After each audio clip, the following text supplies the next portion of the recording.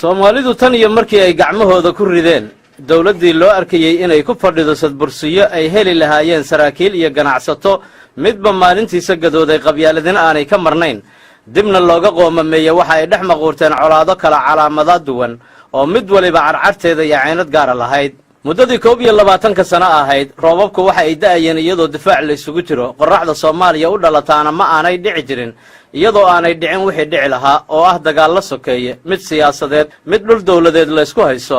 mid aana qabiil gaadiid la kala dhacayo mid isbaaro mid diimeed mid ganacsato mid dawlad lagu taageerayo iyo mid qaad ka bilowda maalin walbana waxa la soo ahaa ummad iswada dilaysa oo kala qaxayso oo aan isku soo gelin mar walbana waxa loo sacabatumay fikrad kooxi keentay oo aan la isweydiin halka ay ku dhamaanayso aakhirkana waxa laga haraa oo mid kale looga diga rogtaa iyadoo kii hore laga dhaxlay oo qura dhimasho iyo dhaawac ma ahayn wixii la soo maray iyo dhawaqyadii la maqli jiray cayaar sharax ah ama weli soqo rag xoogani garaacayeen ee waxay ahaayeen rasaas iyo madaafiic lagu ridayay dad iyo daaro wixii markaa noolaa marka aad se u fiirsato si miyar qab ahna u eegto haddii aad ka soo samato baxday wixii si maalayacni ah rag isugu soo dileen ama ay u soo galaafteen kuwa aan waxba galabsan soo lama oran karo waxa ay Soomaalidu u ekeed umma taariikhda iyo mustaqbalku u yihiin qadar iyo nasiib iska yimaada oo haddana iska taga ee aanay ahayn natiijo ka dhalata waxa ay sameynayaan marnana aan xilligaasi isweydiinin su'aalo ay iminka hayaan jawaabahooda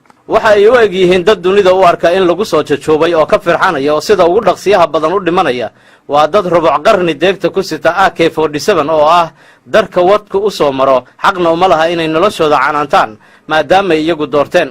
sidoo kale waayadan dambe waxa Soomaaliya ku soo badatay qaraxyo ismiidaamin ah oo dad badan oo masaakiin u taxaabay aakhiro marka saad maqasho gaari qarxay oo qofkii watay keligii ku dhintay ama ruux meel cidla isku qarxiyo waa suurtagal inaad su'aalo badan isweydiiso sidoo kale marka aad maqasho dagaal socda oo salka ku haya muran isbaaro guri dawladeed oo la isku haysto ruux kun shilin loo dilay iyo waa ka shakiyay ama qaad la kala dhacayo oo sababa dhimashada in ka badan 20 ruux iyo dhaawaca sodomeeye kale iyana waa suurtagal inaad isweydiiso oo ay maskaxdaada ku dagaalamaan su'aalo badan oo ka mid tahay waxa dhacay iyo waxa la isku haysto siday u kala fog yihiin aaway noloshii qiimaha lahayd maxaa dadka nabad inay dunida ugu noolaadaan u diiday bal u fiirso tahriibka badda waxa toddobaad walba soo yeeraya Soomaali badan baa badda ku dhimatay maalin walbana doomuhu waa sii raran yihiin oo waxa lagu sii daadinayaa biyaha weliba waa lagu kala tartamayaa geerida naxdinta leh dhanka kale haddii aad maqasho askari kala dilay ama nin ciidan ah oo qof rayida dilay oo maalmo dabadeed maxkamad la soo taagay